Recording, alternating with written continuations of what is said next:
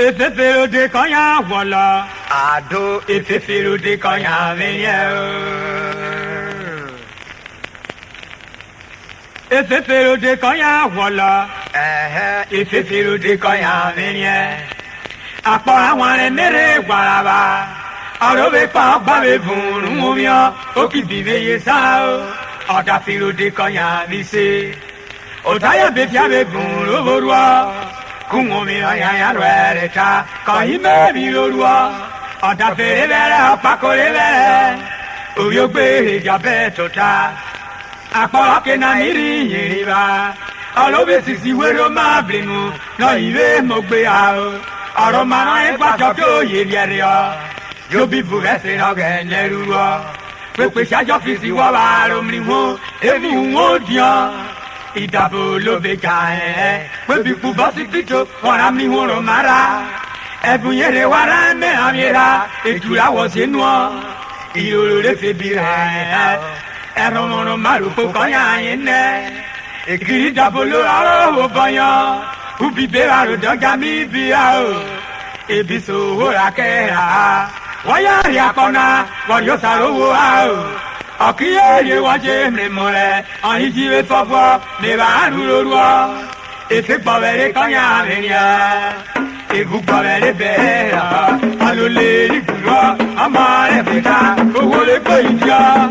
Kiye we amatwakwa, okiri pekekwa, akeki na apumumya, iye kotulase, ajeba iwaria, anaya kwa amalena, kiami piruna. Ada pilu di kaya nisi, utuori pilu bebo idia, utu emokwe kaya nisi, ayo deruwa, emokwe adana bebo idena, owa potewe uruda, emokwe fuliri warura, utu emokwe na ake amanya, urira mijiu ajera, ayo tuole pia, namanye takia, utu ena roji muria, oworo ye akota mi Jibia, Obi Motwa, Obi Begari, Akaya, Owe, Nari Way, Akari Pakole Felode, Abe Foto Wadabe, and to them Mubena, he would say that no, Kara,